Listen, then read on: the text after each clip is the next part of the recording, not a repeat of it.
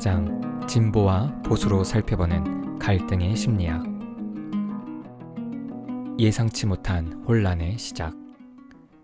대부분의 전쟁은 경제적 이유와 연관되어 있다.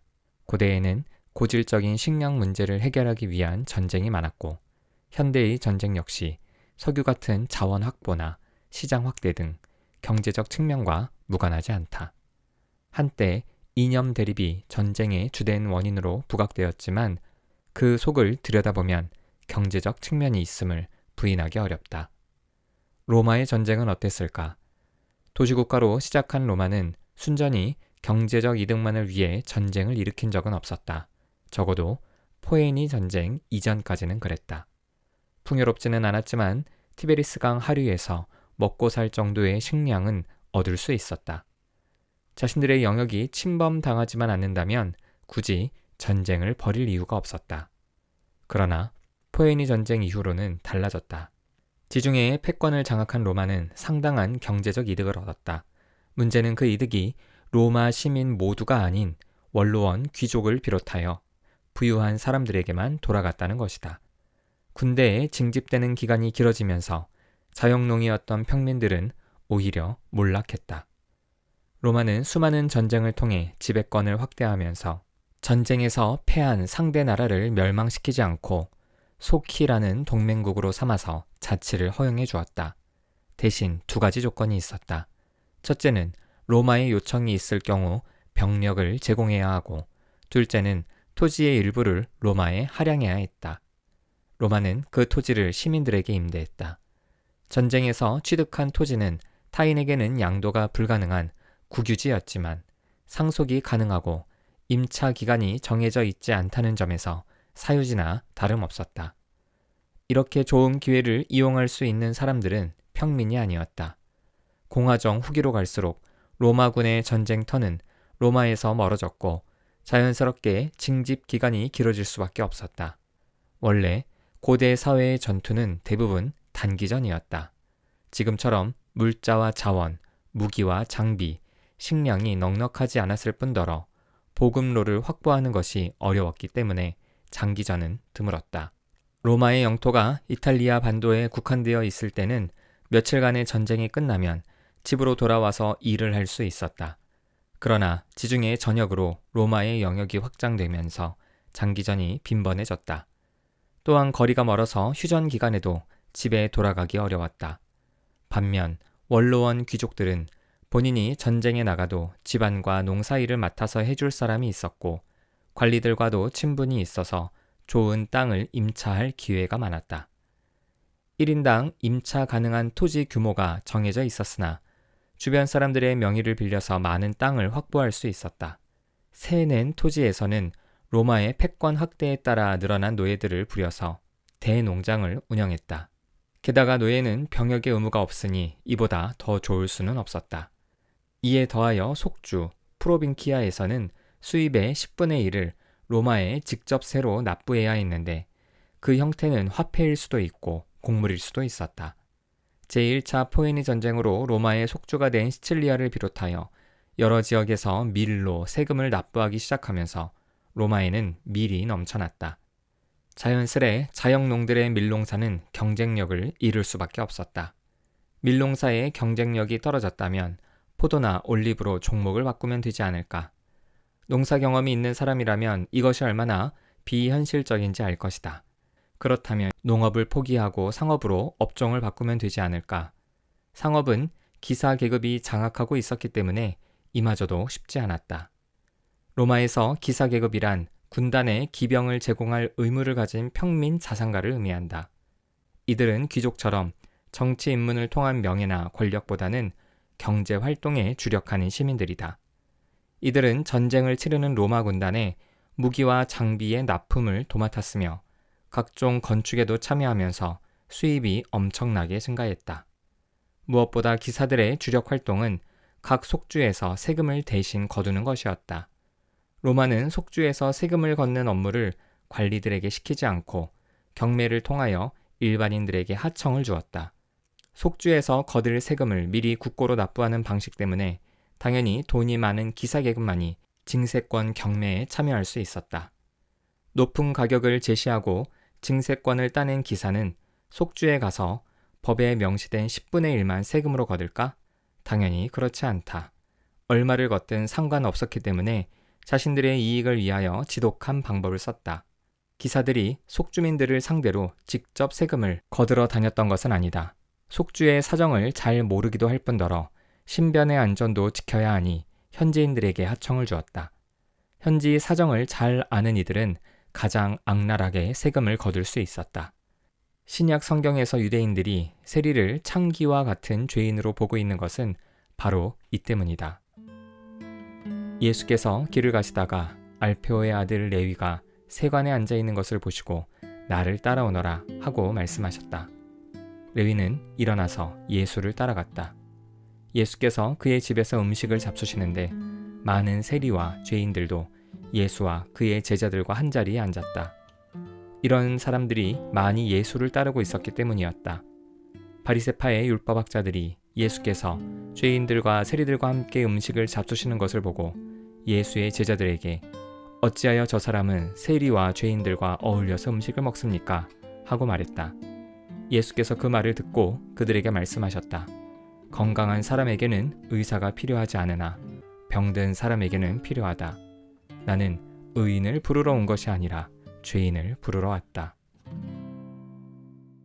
법치를 중요시한다는 로마에서 어떻게 이러한 불법이 자행될 수 있는 것일까? 게다가 속주는 로마에서 파견한 총독이 있지 않은가? 물론 그렇다. 그런데 바로 이것 때문에 불법이 가능했다. 속주 총독으로 파견되는 원로원 의원들은 기사들이 마음껏 횡포를 부릴 수 있도록 배려를 해주었고 기사들은 아낌없는 뇌물로 보답을 했다. 이들에게 받는 뇌물로 만족하지 못한 원로원 의원들은 해방 노예를 앞세워서 경제활동에 직접 참여하거나 중간 거래상들에게 투자하여 돈을 벌었다. 사실 원로원 의원들은 법적으로 상업에 종사할 수 없었으나 교묘하게 법망을 피해갔다.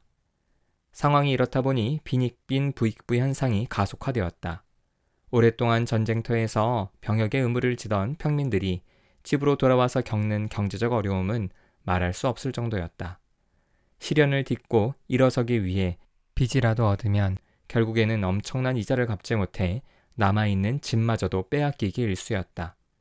이들은 무산자로 전락하여 로마 전역을 떠돌아다니는 거린이 되거나 빈민촌을 형성했다. 자연히 이로 인한 크고 작은 사회 문제들이 발생했다. 몰락하는 평민들이 많아지자 그 불똥이 군대에까지 튀었다. 로마는 모든 시민들이 병역의 의무를 지는 제도이다. 이때 병역의 의무가 모두에게 동일하지는 않았다. 17세부터 60세까지의 남자들 중 재산에 따라 5등급으로 구분했고 이 등급에 따라서 차별적으로 병역을 감당해야 했다. 전쟁 장비와 식량 등을 각자가 해결해야 했기 때문에 최소한의 경제적 능력이 없는 무산자들은 병역이 면제되었다. 그런데 자영농의 몰락으로 인해 면제 대상이 급격히 증가한 것이다. 결국 끊이지 않는 전쟁에 대비하기 위하여 로마는 징집 대상의 기준이 되는 재산의 하한선을 내리는 조치를 취했다. 이로 인해 징집 대상이 아니었던 무산자들도 전쟁에 동원되는 일이 발생했다. 병역의 기준은 수차례 하향 조정되었는데 이는 로마의 빈익빈 부익부 현상이 얼마나 심각해졌는지를 보여주는 단적인 예이다.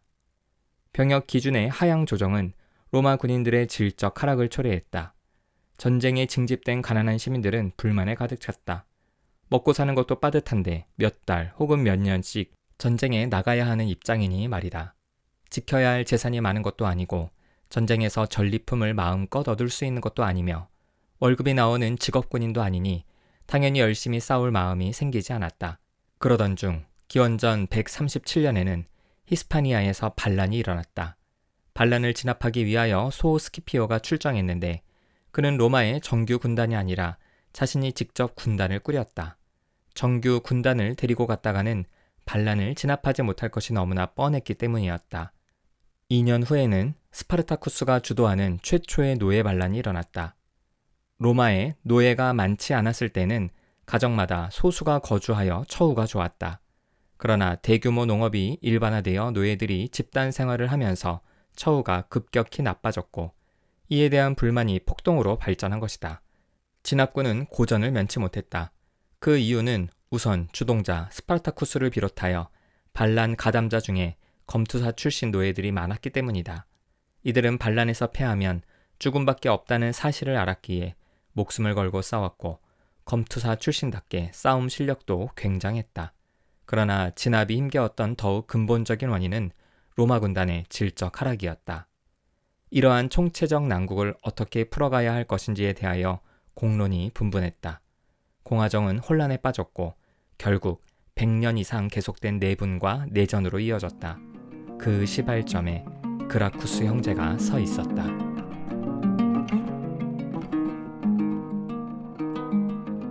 로마의 영웅, 개혁의 깃발을 들다. 통상 그라쿠스 형제로 불리는 티베리우스와 가이우스는 대스키피오의 손자였으며 소 스키피오와는 처남과 매부지간이었다. 이들의 집안 배경이 좋은 이유는 아버지 티베리우스 셈프로니우스 그라쿠스 덕분이다. 아버지 티베리우스가 위기에 몰린 대스키피오를 용감하게 나서서 변호해 준 것이 계기가 되어 그의 둘째 딸 코르넬리아와 결혼에 성공했다. 원로원의 특별 대우 덕분에 한니발을 꺾고 영웅이 되었던 스키피오는 포에니 전쟁이 끝났지만 여전히 자신이 특별하다고 생각했는지 전쟁 배상금을 유용했다. 이 사실이 드러났는데 이로 인해 스키피오는 대카토로 알려진 마르쿠스 포르키우스 카토를 비롯해 평소 그를 못마땅하게 여기던 사람들로부터 고발을 당했다. 참고로 대카토는 카이사르와 대적하면서 공화정을 고수하고자 했던 소 카토의 증조부이다. 영웅 알레르기라고 표현해도 지나치지 않을 정도로 영웅에 대한 혐오감이 심한 로마인들이 아니었던가. 이런 점에서 카토의 일방적 승리는 명백했다. 원로원 의원들 중 누구도 스키피오를 변호할 생각을 하지 못했다. 잘못 나섰다가는 자신의 정치적 생명까지 끝날 수도 있는 상황이었기 때문이다. 그러나 티베리우스는 잘못에 대한 책임 추궁은 필요하지만 스키피오에 대한 공격이 도를 넘었다고 판단했다. 자신이 옳다고 생각한 일은 하고야 마는 그는 용감하게 스키피오를 변호했고 이로 인해 원로원의 분위기는 상당히 누그러졌다. 스키피오가 적절하게 책임을 지는 선에서 일이 마무리된 것이다. 이를 계기로 스키피오의 딸 코르넬리아와 결혼을 한 티베리우스는 두 아들을 얻었으며 큰 아들에게 자신의 이름을 물려주었다. 이후에 코르넬리아는 자신의 딸 셈프로니아를 소 스키피오에게 시집보냈다. 이로써 그라쿠스 형제는 외조부로 대스키피오를, 매부로 소 스키피오를 둘 수 있었다. 그러나 인간지사 세옹지마라고 하지 않던가. 이들이 장성하기 전에 아버지 티베리우스는 일찍 세상을 떠난다. 과부가 된 코르넬리아는 여러 사람으로부터 청원을 받았다. 그 중에는 로마와 동맹 관계에 있는 나라의 왕들도 있었다. 당시에는 과부의 재혼이 당연하게 여겨졌기 때문에 가능한 일이었다. 그러나 그녀는 두 아들의 온전한 양육을 위해서 모든 청원을 거절했고 그녀의 노력과 바람대로 두 아들은 훌륭하게 성장해 주었다.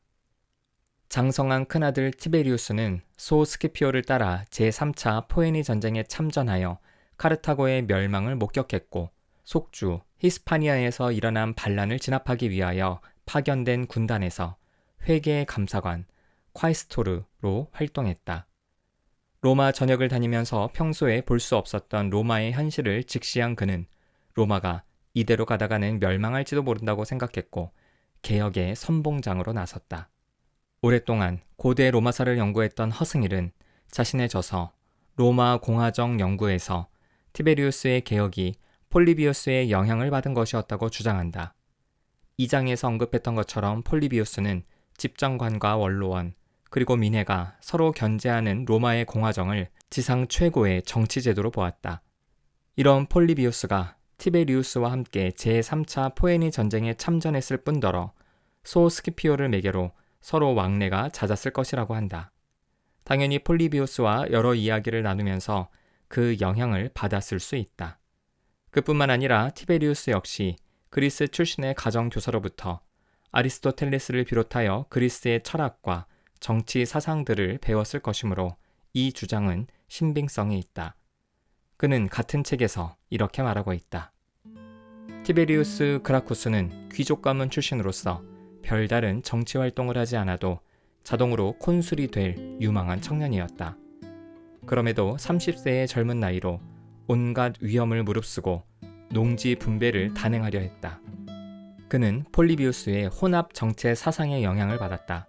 그래서 로마가 현재 중소 자영농민층의 몰락으로 민주정적 요소가 약화되어 혼합 정체의 균형이 깨지고 있다고 보았다. 그러므로 농지 분배를 통해 중소 자영농민층을 재육성하고 군사력을 강화하고 곡물 위기 등의 근본 문제들을 한꺼번에 해결해서 다시 온전한 혼합 정체의 원상 회복을 기해야 한다고 판단했다.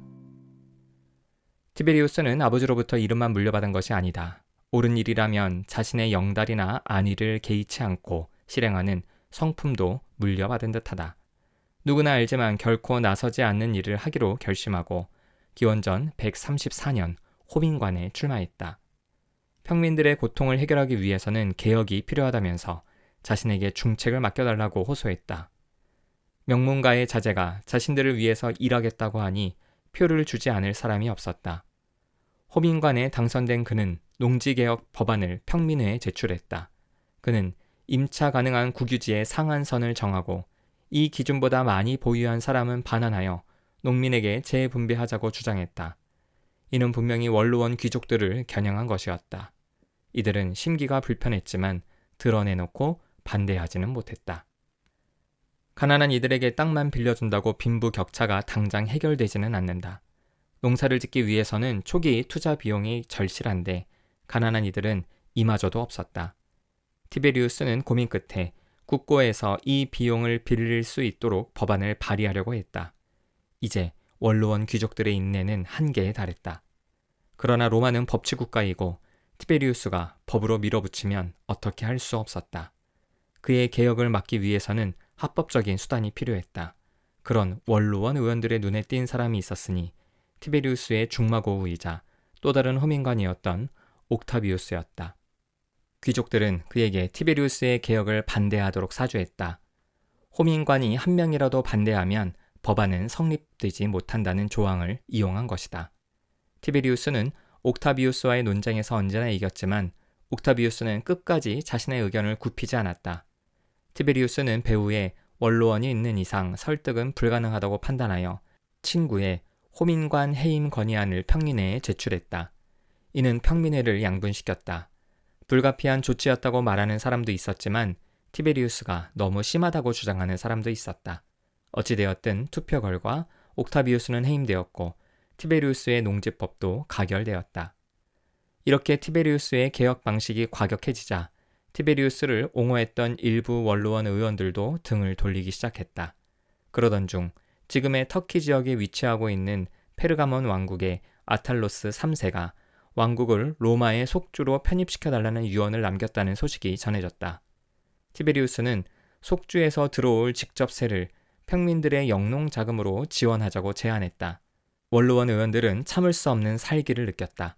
속주에 대한 모든 결정 권한은 원로원에 있는데 티베리우스의 이러한 생각은 원로원을 부정하는 것과 다름없다고 판단했다. 그러나 더 중요한 이유는 원로원 의원들이 입을 경제적 손실이었다. 속주에서 원로원이 직간접적으로 벌어들일 수 있는 수입이 결코 적지 않았는데 지금 티베리우스가 그것을 통째로 빼앗으려 하는 것이다. 평민회의 분위기도 예전 같지 않았다. 전례 없는 호민관 해임 사건으로 평민들의 마음도 조금씩 개혁에서 멀어지기 시작했다. 게다가 농지개혁은 본 궤도에 오르지도 못했는데 티베리우스의 호민관 임기는 벌써 반이나 지나가 있었다. 티베리우스는 재선을 위해 특단의 조치를 감행할 수밖에 없었다. 바로 병역 기간을 단축하고 배심원을 원로원 의원과 기사계급으로 양분하는 법안을 발의하는 것이었다.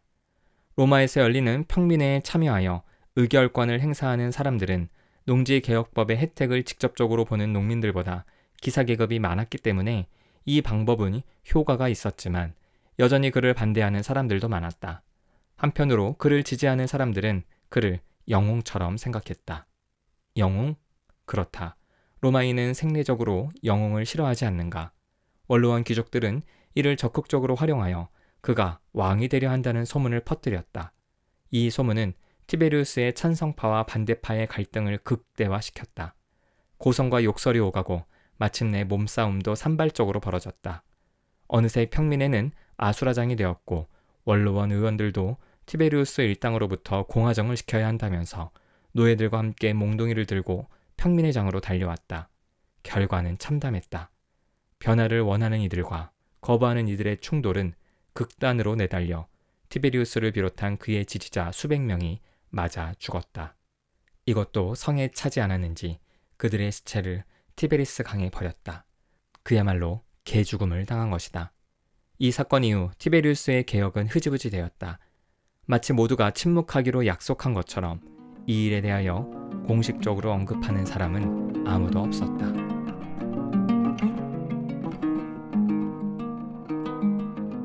꿈으로 끝나버린 형제의 개혁. 형의 끔찍한 죽음을 알게 된 동생의 마음은 어땠을까? 그 마음을 알 수 있는 사료는 남아있지 않다. 그러나 20대 청년이었던 동생은 분명 형이 이루지 못했던 것을 이루어야겠다는 결심을 했을 것이다. 이는 가이우스가 형이 호민관에 당선된 지 10년이 지난 기원전 124년에 호민관에 출마했다는 사실로 알 수 있다. 호민관에 당선된 그는 형처럼 농지개혁법을 재추진하기에 이른다. 그것은 시작에 불과했다. 형보다 더 급진적인 법안들을 차례로 발의했다. 우선 궁 복무 중에 장비와 무기, 식량을 국가가 전적으로 부담하도록 하는 법안을 발의했다. 스스로 장비와 무기를 구입할 수 없을 정도로 가난한 이들을 위한 배려이자 군대의 질적 하락을 막기 위한 방법이었다. 그리고 배심원의 절반이 아니라 전부를 기사 계급으로 구성하는 법안을 내놓았다. 더욱 공정한 재판을 위해서이기도 했고 기사 계급의 영향력을 무시할 수 없기 때문이기도 했다. 투표 제도에도 손을 대었다.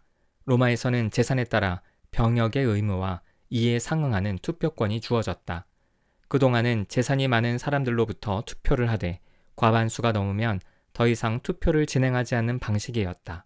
그런데 가장 재산이 많은 사람들만으로도 과반수가 넘었기 때문에 민회 역시 부유층의 뜻대로 움직였다. 가이우스는 모든 사람이 동시에 투표하도록 하는 법안을 발의했다. 가이우스는 다양한 일자리 창출을 위해서도 새로운 법안을 만들었다. 사실 로마는 더 이상 농경민족이라고 볼 수 없었다. 초기의 로마인들은 대다수가 농민이었지만 공화정 말기에는 다른 업종에 종사하는 사람들도 상당수 있었다. 자영농이 몰락하기 시작한 것은 어제 오늘의 일이 아니었다. 이런 측면에서 개혁은 다양하게 진행될 필요가 있었다. 특히 로마의 영토가 이탈리아를 넘어 지중해 전역에 미치지만 여전히 미개발 지역이 많다는 점에 착안했다. 그래서 도로와 다리, 수도교 등 다양한 사회 간접 자본을 건설하도록 하여 일자리를 늘리고 입지가 좋은 지역에 식민시를 건설하여 원하는 사람들이 살 수 있는 현실적인 기반을 마련하고자 했다. 가이우스가 호민관에 당선되었을 때 형을 죽였던 원로원 의원들은 무슨 생각을 했을까? 개혁의 필요성을 인정하면서도 한편으로 자신들의 이권과 이익이 침해당하지 않기를 원했던 이들은 동생의 방법이 좀 더 온건하기를 바라지 않았을까? 그러나 기대는 무너졌다. 동생은 형보다 더 급진적이었다. 원로원 의원들은 10년 전의 악몽이 재현되는 듯 했을 것이다. 그러던 중 가이우스가 아주 민감한 사항을 건드렸고 이 일로 원로원 의원들은 본격적으로 가이우스와 대립각을 세우게 된다. 바로 시민권 개혁법이었다. 로마 연합에는 다양한 시민권이 있었다. 우선 로마 출신이 가지는 로마 시민권이 있었고 로마와 동맹 관계에 있는 국가 출신에게 주어지는 라틴 시민권이 있었다. 더 넓게는 이탈리아 반도에 사는 모든 사람들을 가리켜서 이탈리아인이라고 했다. 이탈리아 반도는 바깥쪽으로는 로마가 직접 통치하는 속주가 있었고 로마와의 전쟁에 패했지만 자치를 보장받는 동맹국이 있었다. 초기 로마인들은 로마 시민권을 나눠주는데 전혀 주저하지 않았다. 오히려 병역의 의무가 있는 시민권자들이 많아야 로마가 주변의 강한 부족들 사이에서 살아남을 수 있었기 때문에 적극적으로 이민족을 받아들였다. 어디 병역의 의무만인가? 포에니 전쟁 때처럼 국가 재정이 바닥날 때는 의무적으로 국채를 사야만 했으며 군 복무 중 받는 급료도 라틴 시민권자들과 이탈리아인들보다 더 적었다. 반면 전리품은 동등하게 분배받았다. 라틴 시민권자들이나 이탈리아인들은 로마 시민권이 달갑지 않았다. 그러나 포에니 전쟁 이후로 달라졌다. 속주가 늘어나면서 국가 재정은 탄탄해져서 국채 발행은 사라졌으며 전리품 역시 로마 시민들에게만 주어졌다. 당연히 로마 주변의 라틴 시민권을 가진 사람들과 이탈리아인들이 로마로 몰려들었고 급기야 로마는 이들에게 시민권을 주지 않기로 했다. 이들에게 시민권을 주면 이웃 나라들과의 관계가 악화될 것이 뻔했기 때문이다. 그러나 가이우스는 농지법을 비롯하여 모든 개혁 법안이 성공적으로 실현되기 위해서는 시민권의 확대가 불가피하다고 생각했다. 일례로 국유지를 임차한 사람들 중에는 라틴 시민권자들이 포함되어 있었다. 농지개혁을 위해서는 부정 임차된 땅을 회수해야 하는데 로마인들이 아닌 이들에게 법을 적용할 수는 없었다. 게다가 가이우스의 개혁은 로마의 영향력이 미치는 모든 곳에 적용되는 광범위한 것이었다. 개혁을 효과적으로 수행하기 위해서는 시민권의 개방이 필수적이었다. 그래서 가이우스는 라틴 시민권을 로마 시민권으로 바꾸고 이탈리아인들에게는 라틴 시민권을 주는 법을 발의했다. 그런데 평민회에서조차 이 법안은 부결되었다. 왜 그랬을까? 자신들의 이익이 침범당할 것이라고 판단했기 때문이다. 기사계급은 시민권자들이 많아지면 세금의 면제 대상과 함께 경제활동에 참여하는 사람들이 많아질 것을 염려했다. 평민들은 자신들에게 돌아올 좋은 땅을 빼앗길 수도 있다는 생각을 하지 않을 수 없었다. 이 말은 가이우스의 개혁이 가난한 평민들도 받아들이기 어려울 정도로 급진적이었다는 뜻이다. 원로원 의원들이 펄쩍 뛰었음은 두말할 필요도 없었다. 그나마 다행스러운 것은 시민권을 제외한 다른 법안들은 모두 가결되었고 형이 이루지 못했던 호민관 재선도 이루어냈다는 사실이다. 원로원은 티베리우스를 방해하기 위하여 옥타비우스를 대리자로 내세웠던 것처럼 가이우스를 저지하기 위해 드루수스를 내세웠다. 언뜻 비슷해 보이지만 방식은 정반대였다. 옥타비우스에게 티베리우스를 반대하게 했다면 드루수스에게는 더 개혁적이고 더 친평민적인 법안을 발의하게 했다. 예를 들면 국유지의 임차 비용을 면제해 주겠다는 식이었다. 이제 드루수스의 인기가 더 높아졌다. 이 모든 일은 가이우스가 카르타고 식민시 건설을 위해 로마를 잠시 떠나 있었을 때 진행되었다. 또한 형에게 그랬던 것처럼 원로원 의원들은 가이우스가 스스로 왕이 되려 한다는 소문을 퍼뜨리기 시작했다. 카르타고에 도시를 세우면 저주를 받을 것이라는 소문도 함께 나돌았다. 마침내 카르타고 식민시 건설을 반대하는 법안이 제출되었다. 로마로 돌아온 가이우스는 평민회의 분위기가 달라져 있음을 직감했다.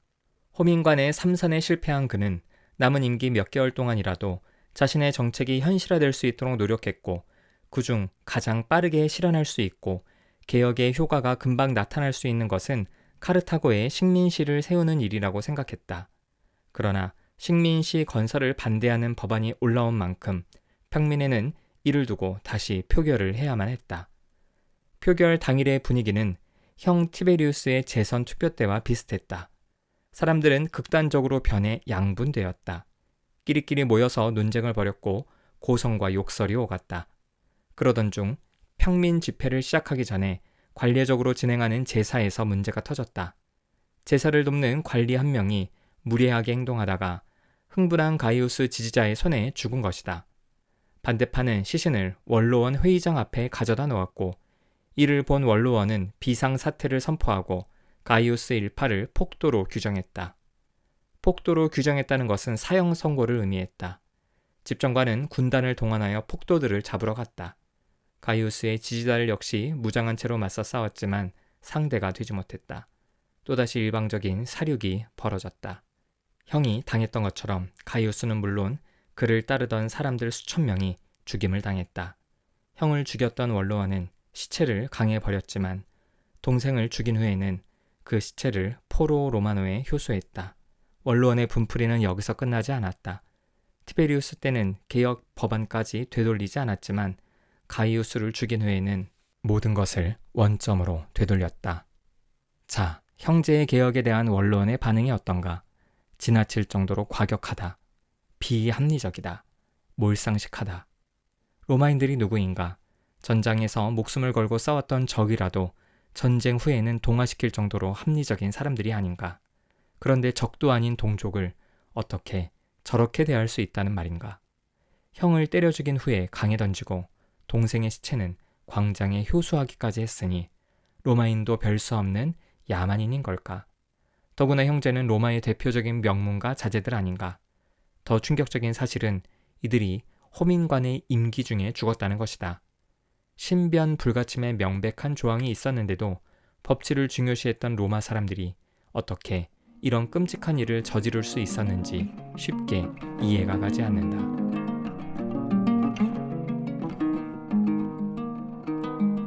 인간은 언제나 합리적일까? 많은 사학자들은 두 형제의 실패 원인을 시기상조에서 찾는다. 시대가 받아들일 수 없을 정도로 개혁적이고 진보적이었다는 것이다. 그러나 법을 중요시하는 로마인들이 법을 어기면서까지 전도 유망한 청년 둘을 잔인하게 짓밟은 것을 단지 지나친 시기상조로만 설명할 수 있을까?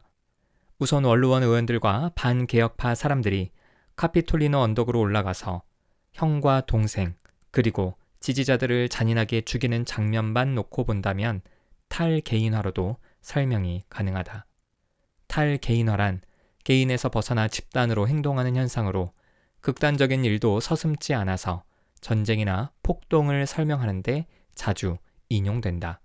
2002년 월드컵 때 엄청나게 많은 사람들이 함께 모여서 길거리 응원을 하고 그 후에 청소까지 깔끔하게 했던 일도 역시 탈개인화의 한 예라고 할 수 있다.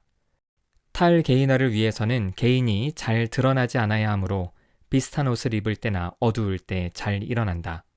월드컵 응원 때는 모두가 붉은 계통의 옷을 입었고 군대에서는 군복을 입히고 머리를 짧게 깎도록 한다.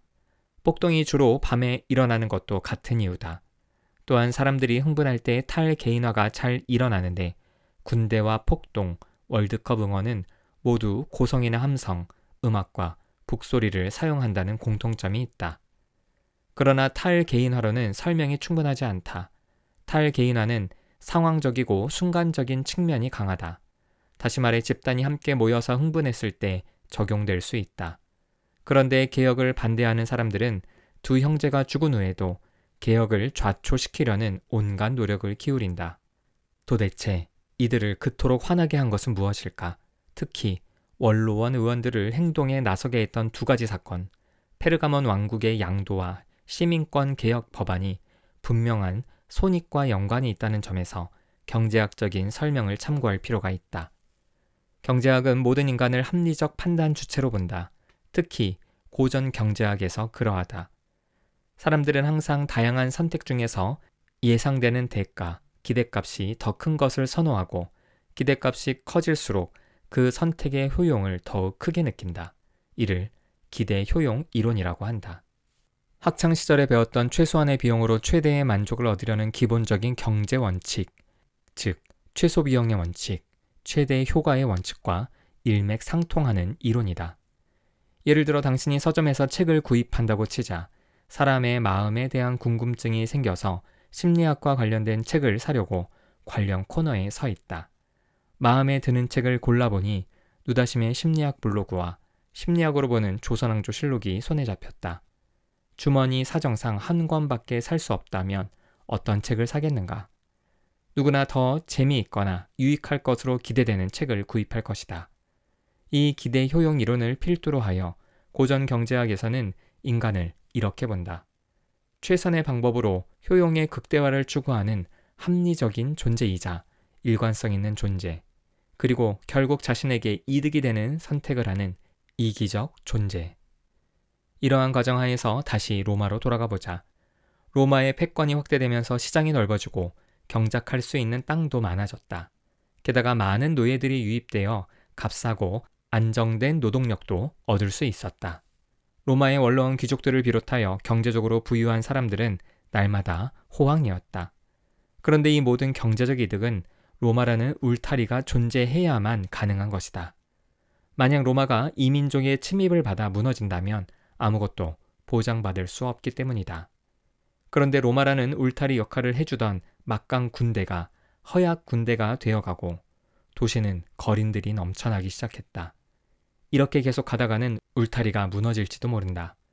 당신이 원로원 귀족이라면 어떻게 할 것인가? 돈을 내서라도 울타리를 고칠 것인가? 아니면 당장 돈이 아까워서 울타리를 고치지 않을 것인가? 사람들은 당연히 울타리를 고쳐야 한다고 말할 것이다. 아깝지만 편법으로 임차했던 국유지를 평민들에게 나눠주도록 반납하고 국고를 털어서라도 평민들이 자영농으로 돌아가 성공적으로 자리를 잡을 수 있도록 지지해주는 것이 마땅하다고 생각할 것이다. 그러나 원로원 의원들은 이렇게 판단하지 않았다. 이런 비난에 원로원 의원들이 억울해할 수도 있다. 아마도 자신들이 그라쿠스 형제의 개혁을 반대한 것은 그깟 경제적 이익에 연연해서가 아니라 폴리비우스의 표현대로 지상 최고의 정치제도인 공화정을 그들이 깨뜨리려고 했기 때문이라고 말할지도 모른다. 그들은 인기주의에 영합하여 왕이 되려는 음모를 꾸미다가 죽임을 당한 것이라고. 그러나 원로원 의원들의 주장은 설득력이 부족하다. 사실 공화정이 유지되기 위해서는 평민층이 건재해야 하기 때문이다.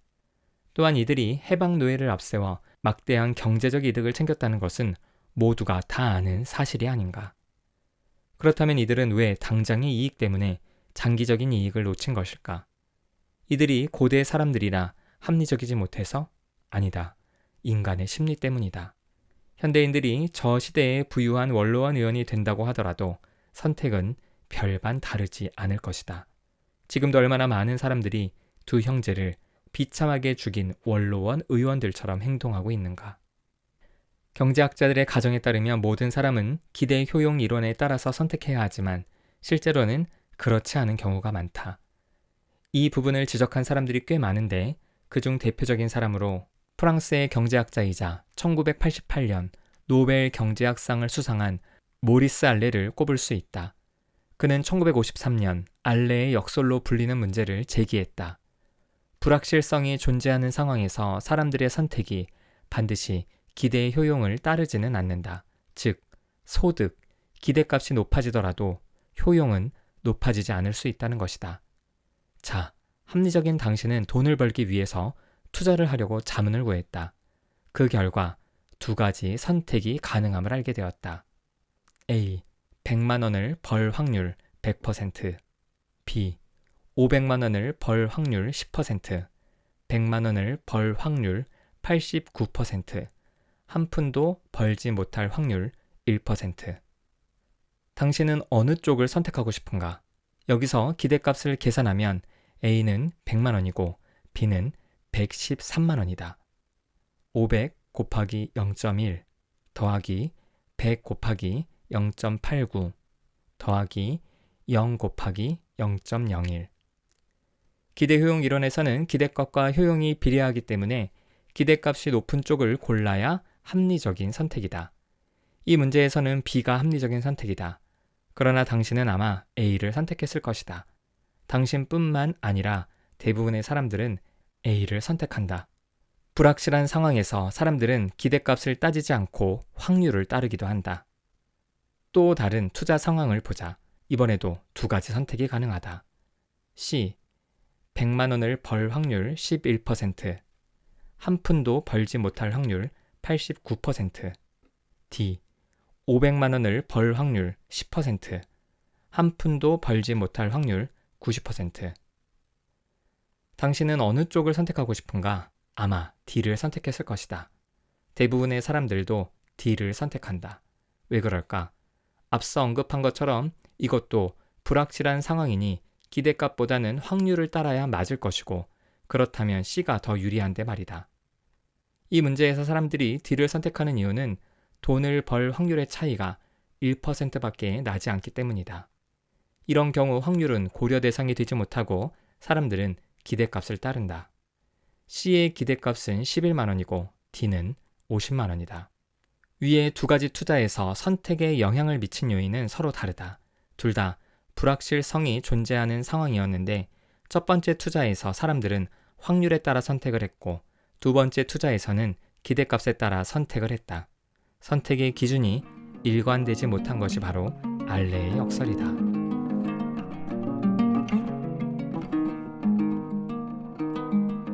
개혁을 좌절시킨 잠재적 손실에 대한 두려움. 알렌은 기대의 효용 이론에 대하여 문제제기만 했을 뿐이지 구체적으로 사람들이 불확실한 상황에서 어떠한 기준으로 선택을 하는지에 대해서는 밝히지 못했다. 이 문제를 밝히려고 시도한 사람들 중에 2002년 노벨 경제학상을 수상한 이스라엘의 심리학자 데니얼 카네만도 있다. 심리학자가 경제학상을 수상했다고 하니 의외라고 생각하기 쉽지만 사실 심리학은 인간의 사고와 행동 전반을 연구하기 때문에 어느 분야든지 접목할 수 있다는 장점이 있다. 심리학자인 그가 노벨상을 수상할 수 있었던 이유는 동료 트버스키와 함께 알레의 역사를 검증하기 위해서 실시했던 실험 덕분이었다. 이 실험으로 행동경제학이라는 새로운 분야가 생겨났다. 행동경제학은 인간의 실제 경제 활동을 설명하기 위하여 심리학적 관점을 받아들인다는 점이 기존 경제학과 다르다. 바로 이 두 사람의 연구가 1979년 경제학 분야에서 최고의 잡지 중 하나로 평가받는 이코노메트리카에 실렸다. 바로 이 해가 행동경제학의 원년이라고 할 수 있다. 그렇다면 실험의 내용을 살펴보자. 그가 실험에 사용했던 문제들은 다양하지만 그 패턴은 모두 동일하다. 다시 투자 상황으로 돌아가서 다음에 두 가지 선택이 가능하다고 가정하자. 당신은 어느 것을 선택하겠는가? A. 3천만 원을 벌 확률 100%, B. 4천만 원을 벌 확률 80%, 아무것도 받지 못할 확률 20%. 두 번째 투자 상황이다. 이번에는 어떤 것을 선택하겠는가? C. 3천만 원을 잃을 확률 100%, D.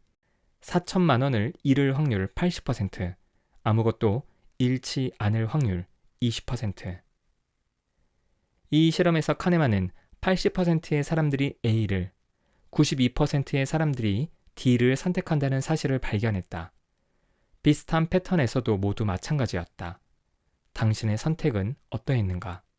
심리학을 비롯하여 대부분의 과학적 학문들은 통계를 이용한 평균을 중심으로 이론을 펼치기 때문에 혹시 당신이 B를 선택한 20%라거나 C를 선택한 8%라도 책을 내던지지 말고 끝까지 읽어주기를 바란다. 카네만은 불확실한 상황에서의 선택은 잠재적 이익뿐 아니라 잠재적 손실과도 연관이 있음을 밝혀냈다. 좀 더 구체적으로 보자면 이익과 연관된 상황에서는 위험보다는 안전을 선택하고 손실과 연관된 상황에서는 안전보다는 위험을 선택한다는 것이다. 그래서 돈을 벌 수 있다면 모험을 하지 않지만 돈을 잃을 수 있다면 모험을 감내한다. 왜 손실과 연관된 상황에서는 모험을 선택하는 것일까? 이에 대하여 카네만은 손실에 대한 심리적 고통은 이익에 비하여 2.5배나 크다고 지적한다. 어떻게든지 손실을 피하려고 하는 손실 혐오 현상이 생기게 마련이다. 따라서 적지만 확실한 손해, C의 경우보다는 크지만 불확실한 손해, D의 경우를 선택한다는 것이다. 이것이 바로 카네만에게 노벨상을 안겨준 전망 이론의 계략적 내용이다. 불확실한 상황을 앞에 두고서 혹은 불확실한 상황에서 잠재적 이익과 손실이 전망된다면 이 둘에 대한 반응이 다르다는 것이다. 당신이 투자를 하는 사람이라면 이 현상을 몸소 체험한 적이 있을 것이다.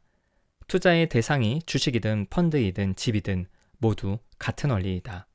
주식이 100만 원 올랐을 때의 기쁨과 100만 원 떨어졌을 때의 슬픔은 동일하지 않다. 기쁨이 10이라면 슬픔은 25가 된다.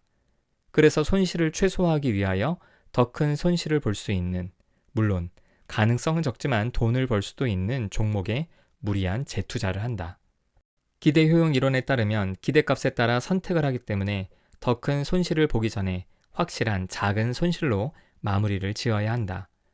물론 이렇게 합리적으로 판단하는 사람들도 있지만 대부분의 사람들은 아무것도 잃지 않을 확률 20% 때문에 4천만 원을 잃을 80%의 확률을 감내한다. 그렇게 해서 결국 끊임없는 악순환에 빠지고 만다. 모든 인류 사회에서 부의 불평등은 문제가 되었다. 이를 해결하기 위하여 많은 제도와 이론들이 등장했지만 여전히 이것은 인류에게 큰 숙제로 남아있다. 함께 일하고 함께 나누자는 공산주의는 역사의 한 페이지를 장식했던 실험으로 끝나가고 있다. 이론적으로는 완벽하게 보이지만 실천에서 많은 허점을 드러낸 공산주의는 여러 국가들에서 유기되거나 수정되었다. 그렇다면 자본주의는 어떠한가? 자본주의는 부의 불평등과 이로 인한 사회 문제를 해소하기 위하여 복지라는 개념을 도입했다. 복지의 주된 목적 중에 하나가 바로 부의 재분배임을 생각할 때 자본주의도 완벽하다고 할 수 없다. 이처럼 이론과 현실의 괴리가 생기는 이유는 공산주의와 자본주의 모두 인간을 완벽한 합리적 판단 주체로 보기 때문이다. 자유주의 시장 경제에서 부유한 사람들로부터 많은 세금을 걷어서 모두를 위한, 특히 가난하고 약한 이들을 위한 서비스를 한다고 반대할 사람은 없을 것이다. 합리적이고 이성적인 판단으로는 그럴 필요가 있다고 생각하기 때문이다. 그러나 속마음은 다르다. 부유한 사람들이 자발적으로 자신의 부를 내놓지 않는 이상 누군가에 의하여 자신의 재산권이 침해당한다고 느낀다면 그 심리적 고통은 생각보다 훨씬 클 것이다. 심리학의 여러 이론은 인간이 생각보다 합리적이지 못하다고 주장한다. 이런 측면에서 행동경제학도 맥락을 같이 하고 있다. 그러나 행동경제학이 인간의 합리성과 일관성을 주장하는 고전 경제학에 도전한다고 해서 인간의 비합리성과 비일관성을 주장한다고 생각하면 안 된다. 우리는 때로 전부 아니면 전무로 생각하는 오류를 범할 수 있다. 행동경제학의 주장은 인간은 비합리적이고 비일관된 존재라기보다는 인간이 언제나 합리적으로 판단하는 것은 아니며 모든 상황에서 일관되지는 않은 존재라고 볼 수 있다. 이를 다른 말로는 제한된 합리성이라고 한다. 그라쿠스 형제는 인간을 어떻게 보았을까? 고전 경제학자들처럼 합리적인 판단을 할 수 있는 존재라고 본 것은 아닐까? 그래서 자신의 개혁으로 손해를 보는 사람들이 있어도 한번 추진해 볼만 하다고 생각하고 부유층도 결국에는 자신의 생각에 동의할 것이라고 생각했는지도 모르겠다. 게다가 그라쿠스 형제는 호민관으로서 개혁을 추진하려고 했기 때문에 평민들은 자신들에게 표를 던질 것이라고 믿었을 것이다. 물론 평민들은 그들을 지지했다. 그러나 현실적으로 투표장에 참석할 수 있는 로마 거주 평민들 중에는 농업에 종사하는 사람들이 많지 않았다. 개혁의 필요성을 느끼긴 하지만 정작 자신들의 생계와는 큰 상관이 없었다. 형 티베리우스는 이것을 의식하여 재선을 위해 투표에 참가하는 평민들에게도 이득이 될 만한 병역과 배심원단 구성을 건드렸던 것이다. 동생 가이우스는 여러 개혁 법안을 통과시키긴 했지만 정작 중요한 시민권 문제에 있어서는 실패했다. 평민회에서 부결된 것이다. 로마 시민권이 있는 평민들은 시민권 개혁을 하면 자신들에게 잠재적 손실이 초래될 것이라고 생각했기 때문이다. 결국 개혁과 변화를 싫어하는 부유한 사람들은 물론 이를 원하는 사회적 약자마저도 잠재적 손실에 너무나 민감하게 반응했다. 손실의 고통과 그로 인한 혐오, 손실이 예상될 때의 안전보다는 모험을 선택하는 사람들의 심리. 포에니 전쟁을 승리로 이끌면서 지중해의 패권을 장악하는데 효율적이고 합리적으로 작동했던 원로원의 모습은 막상 자신들에게 임박했다고 생각한 잠재적 손실 앞에서 흔적도 찾아볼 수 없었다. 그들은 너무나 짐승처럼 행동했다. 그라쿠스 형제를 제거하는 과정을 보면 도저히 1000년 로마의 근간을 닦은 지성인들의 무리가 아니었다. 고통분담은 결코 쉽지 않은 일이다. 정력적이고 용감했던 두 청년은 비참한 죽음을 맞이했고 로마는 다시 혼란 속으로 빠져들었다. 두 형제의 뒤를 이어 로마의 혼란을 수습하려고 나선 사람은 2명의 장군이었다.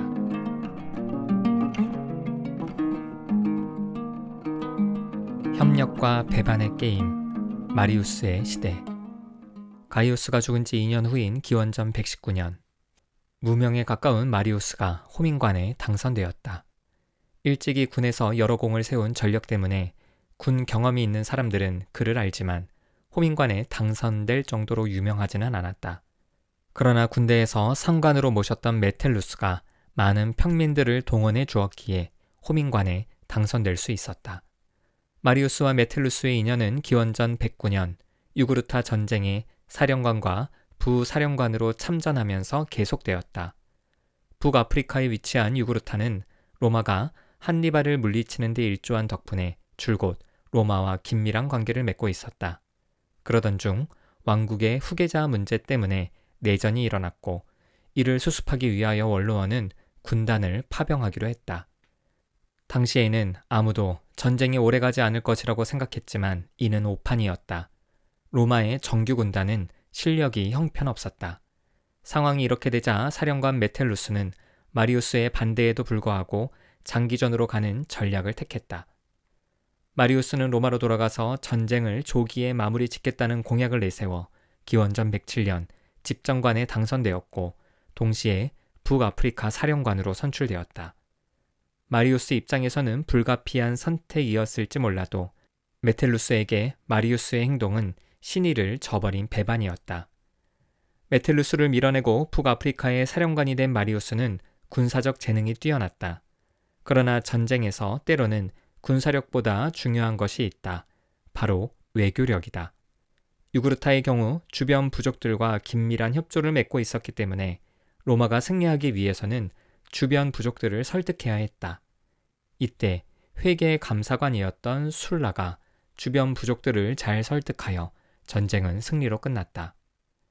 마리우스는 집정관에 당선되자마자 로마의 전통이자 자랑이었던 징병제를 모병제로 바꾸고 재산 정도나 출신에 따라 존재하던 역할과 임무, 무기와 장비의 차별을 없앴다. 그리고 총사령관이 부하 장교들을 임명할 수 있도록 했다. 그 결과 총사령관의 권력이 강화되고 병사들의 충성도가 더욱 높아졌다. 마리우스는 이로써 그라쿠스 형제가 하지 못했던 일자리 창출과 군단의 질적 강화라는 두 마리 토끼를 잡을 수 있었다. 게다가 귀족들의 반발도 없었으니 그야말로 금상첨화가 아닐 수 없었다. 마리우스의 개혁으로 결속력이 강화되어 더욱 강력해진 군대는 기원전 102년 식량을 위해 남하하던 게르만족을 물리침으로써 그 효과를 증명했다. 그런데 아이러니하게도 전쟁에서 승리하고 평화가 찾아오자 문제가 발생했다. 군대를 더 이상 유지할 필요가 없어져서 다시 실업자들이 발생한 것이다. 개혁의 효과가 개혁의 한계를 초래한 꼴이었다. 이 문제를 해결하기 위하여 당시 호민관이었던 사투르니누스가 나섰다. 그는 퇴역병들이 정착할 수 있도록 카르타고를 비롯한 여러 지역에 식민시를 만들겠다고 했고 마리우스는 이를 적극 지원하기로 했다.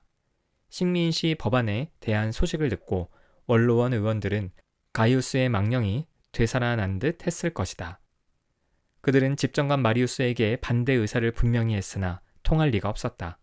마리우스는 원로원 의원들 사이에서 고립되기 시작했다.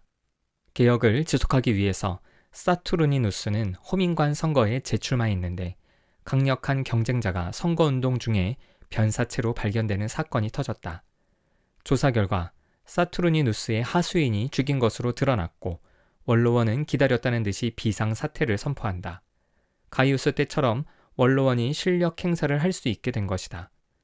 사투르니누스는 집정관이었던 마리우스를 믿고서 농성에 들어갔지만 마리우스는 원로원의 집요한 요청에 굴복하여 사투르니누스 일당을 진압하러 나섰다. 사투르니누스는 배반을 당했다고 느꼈겠지만 이는 원로원도 마찬가지였다. 마리우스가 사투르니누스의 일당을 잡기만 하고 처형은 하지 않았기 때문이었다. 결국 마리우스는 평민과 귀족 모두에게 버림을 받는 신세로 전락한다. 개혁은 다시 흐지부지 되었다. 농지개혁도 퇴역 군인들을 위한 식민시 건설도 없었다. 또한 큰 전쟁이 없었기 때문에 군대를 모집할 일도 없었다. 로마는 다시 혼란 속으로 빠져들었다. 이때 호민관 드르수스가 사태를 수습하기 위해 나섰다. 이 사람은 가이우스의 개혁을 방해하기 위해 원로원이 내세웠던 드루수스의 아들로서 이름이 동일하다.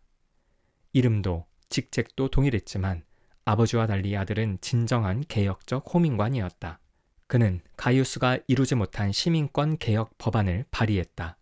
그런데 가이우스보다 더 급진적으로 모든 이탈리아인들에게 로마 시민권을 주자고 했다. 그럴 수밖에 없었던 이유는 마리우스의 군제 개혁으로 로마 시민권자와 비시민권자 사이의 불평등이 더욱 심해졌기 때문이었다. 로마 시민은 병역의 의무가 없어졌지만 라틴 시민과 이탈리아인들에게는 여전히 남아 있었다. 그리고 군대 내에서 맡는 역할과 임무는 모두 동일했지만 전리품은 로마인들에게만 돌아가고 있었다.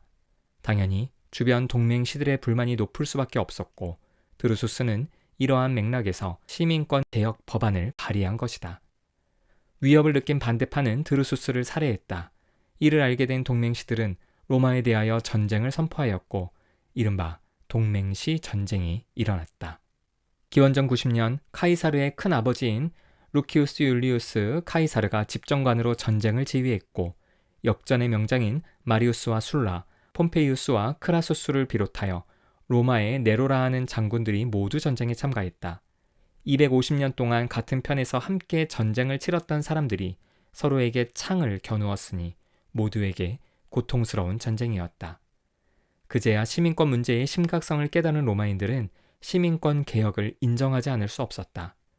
동절기 휴전 기간에 집정관 카이사르는 모든 이탈리아인들에게 로마 시민권을 취득하도록 하는 법안을 통과시켰고 이로써 전쟁은 끝났다.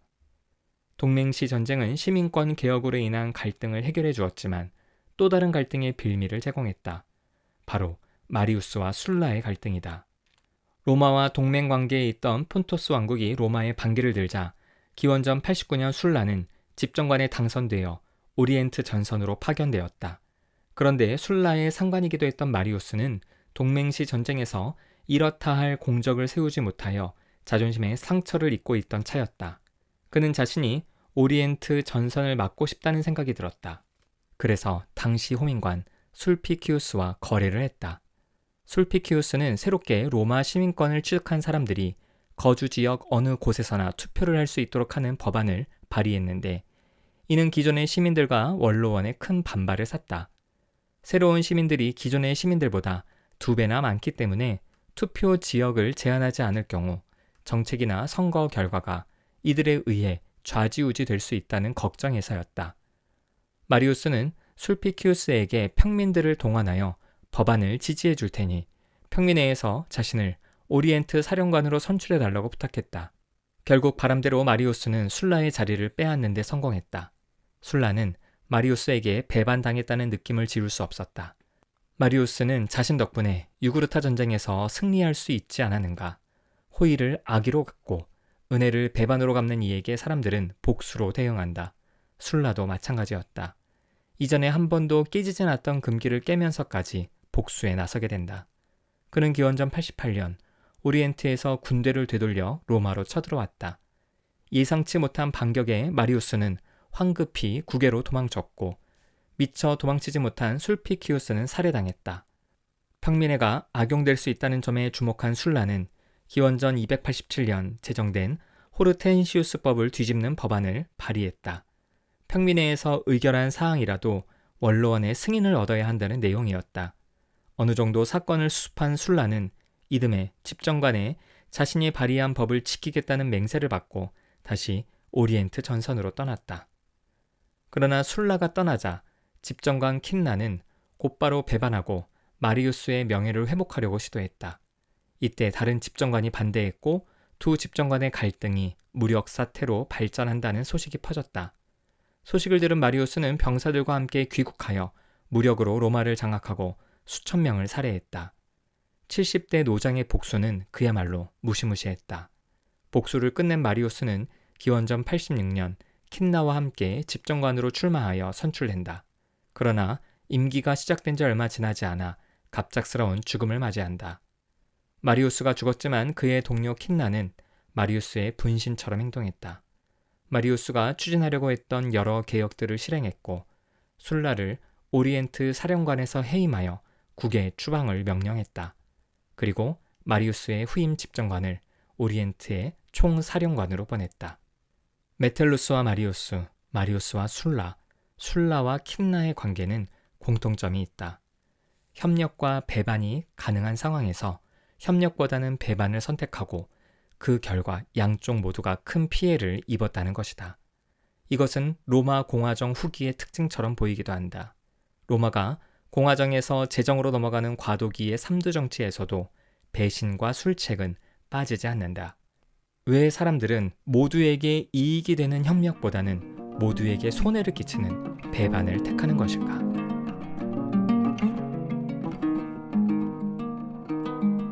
게임의 심리학, 게임의 딜레마.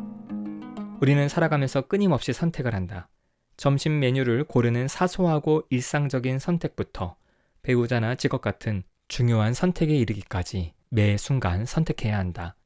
특히 인간관계에서 만남을 지속할 것인지 말 것인지 함께 사업을 할 것인지 말 것인지, 친구로 지낼 것인지, 거리를 뚫을 것인지처럼 개인적인 결정과 선택도 하지만 전쟁과 다름없는 외교와 수많은 생명이 달려있는 전쟁, 엄청난 돈이 거래되는 경제계에서처럼 더 크고 중요한 결정과 선택을 해야 할 때도 있다.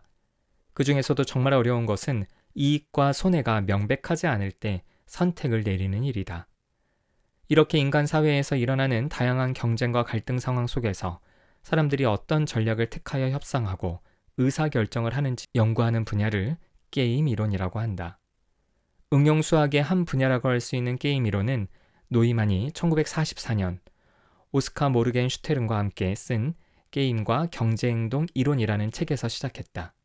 책 제목에서도 알 수 있듯이 게임 이론은 경제학과 매우 밀접하게 연관이 있으며 지금까지 8명의 게임 이론 연구자들이 노벨 경제학상을 수상했다고 한다. 이제는 심리학을 비롯하여 경제학과 철학, 컴퓨터공학과 생물학 등 다양한 학문에서 연구되고 있고 군사와 경영 등 실제 영역에서 적용되고 있다. 우리는 일상생활에서 크고 작은 갈등과 경쟁에 직면하며 어려운 상황을 타개하기 위해 끊임없이 의사결정을 하고 있기 때문이다. 게임 이론 중에서 가장 많이 알려진 것이 바로 죄수의 딜레마이다. 죄수의 딜레마는 경쟁과 협력 중에서 상대방의 협력을 확신하지 못할 때 경쟁을 선택해 결국 모두에게 손해를 초래한다는 내용으로 원래는 미국의 저명한 수학자 2명이 처음으로 제시했다. 그러나 프린스턴 대학교의 엘버트 터커가 죄수를 예로 들어 설명하면서 죄수의 딜레마라는 이름으로 유명해졌다. 그 내용은 다음과 같다. 2명의 공범을 잡은 검사가 이들을 기소하려고 했으나 증거가 불충분했다. 만약 이 상태로 기소한다면 재판에서 분명 낮은 형량을 받을 것이 뻔했다. 이들이 자신들의 죄값을 제대로 받기 위해서는 자백이 필요했다. 검사는 자백을 받아내기 위해서 2명의 죄수를 다른 방에 배치하고 취조를 시작했다. 서로 다른 방에 있기 때문에 의사소통은 불가능한 상태였다. 검사는 2사람 모두에게 이렇게 말했다. 만약 너희 둘 중에 한 사람만 자백을 하고 나머지는 끝까지 무죄를 주장한다면 자백을 한 사람은 무혐의 처리를 해주고 끝까지 무죄를 주장한 사람은 10년형을 살게 된다. 2사람 모두 자백을 한다면 각각 5년형을 살게 될 것이고 둘 다 자백을 하지 않으면 6개월형만 살게 된다. 자백을 하겠는가? 만약 2 죄수가 서로 의사소통이 가능하다면 당연히 자백을 하지 않을 가능성이 크다. 그러나 상대방이 자신을 배반할지 어떨지 알 수 없는 상황이라면 이야기는 달라진다. 만약 내가 자백을 하지 않더라도 상대방이 자백을 해버리면 혼자서 10년형을 살아야 한다. 결국 협력과 배반이 모두 가능한 상황에서 상대방을 완전히 믿을 수 없다면 2 죄수의 선택은 어떻게 될까? 당신이라면 자백을 하겠는가? 안 하겠는가? 이것이 바로 딜레마이다. 자백을 안 하자니 상대방을 믿을 수 없고 자백을 하자니 자신의 범죄를 인정해 높은 형량을 받을 수 있다. 이 상황에서 대부분의 사람들은 침묵보다는 자백을 선택한다. 분명 협력을 하면 모두에게 좋지만 상대방의 협력을 믿을 수 없기 때문에 배신을 하는 것이다. 왜 사람들은 협력보다 배신을 선택할까? 단지 인간이 도덕적으로 훌륭하지 못하기 때문일까? 아니면 내가 망하고 다른 사람이 흥하면 배가 아프기 때문일까? 터커의 제자이자 1994년 노벨 경제학상 수상자이고 영화 뷰티풀 마인드의 실제 주인공으로 잘 알려진 존 뇌시는 이를 논리적으로 설명했다. 보통 갈등과 대립의 상황에서는 서로가 자신의 선택을 바꾸려고 하지 않는 균형 잡힌 지점이 존재한다는 것이다. 상대방이 현재의 선택을 고수한다면 자신 역시 굳이 선택을 바꿀 이유가 없는 것이다. 만약 자신이 선택을 바꾼다면 더 큰 손해를 본다. 이렇게 사람들이 서로 협력할 마음이 없거나 협력을 위한 자유로운 소통이 불가능한 상황에서 발생하는 덫이 존재한다. 이를 가리켜서 내쉬 균형이라고 한다. 잘 살펴보면 우리 사회에서는 죄수의 딜레마처럼 수많은 딜레마가 있다. 몇 가지 예를 들어보자. 먼저 생물학자 가렛 하딘이 1968년 발표한 논문에서 제시한 공유지의 비극을 들 수 있다. 이는 실제 영국에서 일어났던 일이기도 하다. 주인이 따로 없는 공동 방목장에서 농부들은 마음껏 소를 끌고 나올 수 있었다. 시간이 흘러 농부들은 경쟁적으로 더 많은 소를 끌고 나오기 시작했다. 그 결과 방목장은 황폐화되었고 더 이상 소들에게 풀을 먹일 수 없었다. 각자가 자신에게 주어진 적절한 목만 가지면 모두가 풍족할 수 있지만 모두가 당장의 이익을 위하여 많은 것을 가지려 하다 보니 결국 누구도 아무것도 가질 수 없는 사태가 되고 말았다. 이를 다른 말로 공공재화의 딜레마라고 한다. 죄수의 딜레마가 1대1의 상황이라면 공유지의 비극은 다수의 상황이라고 할 수 있다. 대학이나 기업에서 팀으로 과제나 프로젝트를 진행하다 보면 모든 구성원이 동등하게 과제에 기여하는 것은 아니다. 열심히 하는 사람들도 있으나 다른 사람들의 노력에 편승해서 가려는 사람들도 있다. 이를 무임승차라고 한다.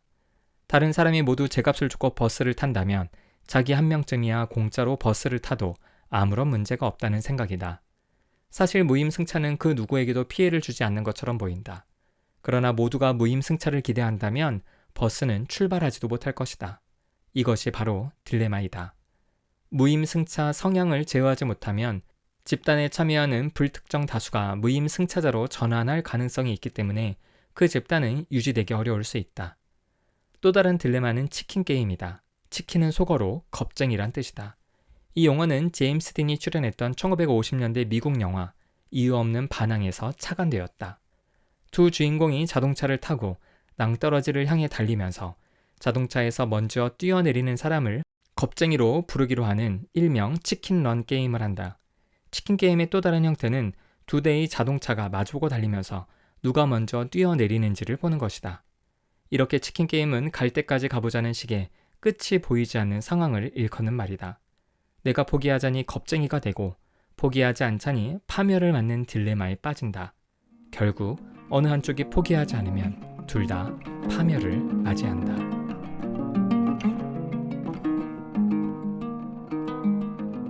비극으로 치달은 공화정 말기의 게임 상황. 개인적으로는 분명 이득이 되는 상황을 선택했지만 전체적으로는 손해가 되어서 결국 자신도 손해를 입는 딜레마의 상황이 바로 공화정 말기의 로마에서 벌어졌다. 강한 군사력으로 패권이 확장되자 로마의 국유지는 점점 넓어졌다. 분명히 법으로는 1인당 임차할 수 있는 땅이 한정되어 있었으나 일부 부유층이 이를 독점했다. 자영농은 몰락했고 이것은 로마 군대의 약화로 이어졌다. 이대로 가다가는 공멸이 뻔했다. 공유지의 비극을 염려하던 여러 호민관들은 개혁을 추진했다. 그러나 개혁은 번번이 좌절되었다. 부유한 귀족들이 전체 이익보다는 자신의 이익을 중요하게 여겼기 때문에 다 같이 이길 수 있는 길을 버린 셈이다.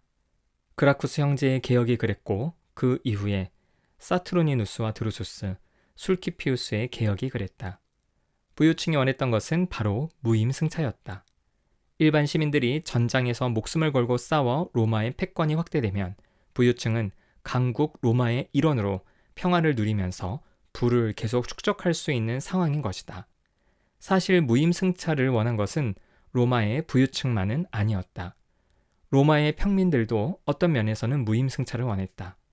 로마의 깃발 아래서 함께 싸운 라틴 시민권자들과 이탈리아인들에게 로마 시민권을 주는 것을 반대했기 때문이다. 로마가 징병제에서 모병제로 바꾸면서 군대 내에서 보병의 역할과 장비의 구분이 사라졌는데도 전쟁의 전리품은 로마 시민들에게만 돌아가니 당연히 비로마 시민권자들이 들고 일어났다. 일반 평민들의 노력과 수고에 무임승차하려는 부유층 귀족들이나 비로마 시민권자와 이권을 공유하지 않으려 하는 로마 시민들이나 별 다르지 않다. 동맹시 전쟁 직후 터진 마리우스와 술라의 대결은 치킨 게임을 극명하게 드러낸다. 협력보다는 배신을 선택하기 시작한 마리우스와 술라의 대립, 변화를 원하는 개혁파와 기득권을 지키려는 보수파의 대립은 결국 끔찍한 무력 충돌로 발전했다. 무력 충돌의 결과는 영화 이유 없는 반항의 치킨런 게임처럼 참혹했다. 영화에서 제임스 딘은 낭떠러지로 떨어지기 전에 먼저 뛰어내려서 목숨을 건졌지만 친구는 옷 소매가 자동차 문고리에 걸리는 바람에 뛰어내리지 못하고 결국 차와 함께 낭떠러지로 떨어져 죽는다. 마리우스와 술라가 복수에 복수를 거듭하면서 죽인 사람들은 그 수를 헤아리기 어렵다. 일부 부유층 귀족이 개혁적인 호민관과 그 무리들을 죽였던 때와는 차원이 다르다. 그때는 그라쿠스 형제를 지지하던 당사자들만 죽였지만 마리우스와 술라는 상대편의 가족들까지 모두 찾아내 죽였다.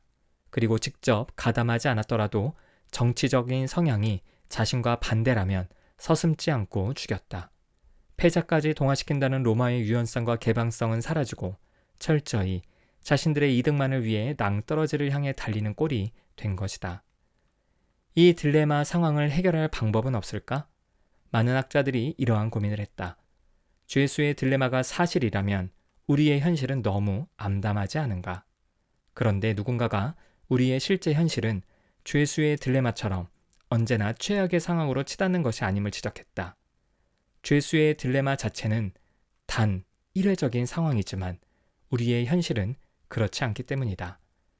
누군가와 경쟁과 협력이 가능한 상황은 여러 번 반복될 때가 많다. 이 점에 착안하여 1970년대 미국 미시간 주립대학교의 로버트 엑셀로드는 컴퓨터 체스 대회와 비슷한 컴퓨터 죄수의 딜레마 대회를 열었다.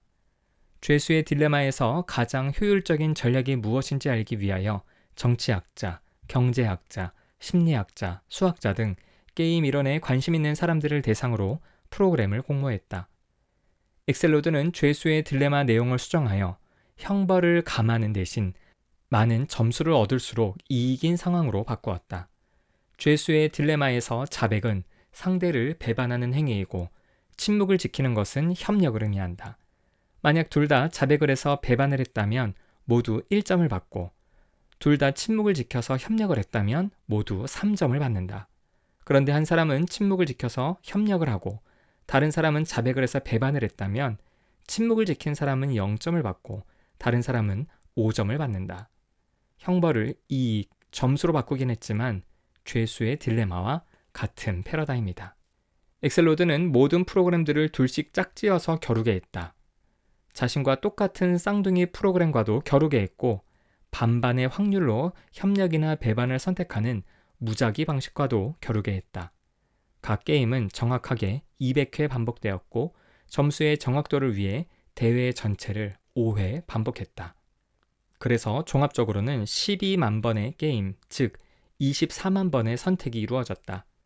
총 14개의 프로그램이 심리학과 경제학, 정치학, 수학, 사회학의 5분야에서 출품되었다.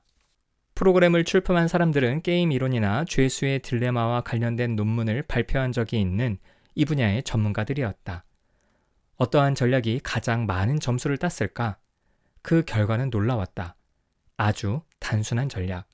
바로 레퍼포트의 tit-for-tat, 즉 맞받아치기 전략이 가장 뛰어났다.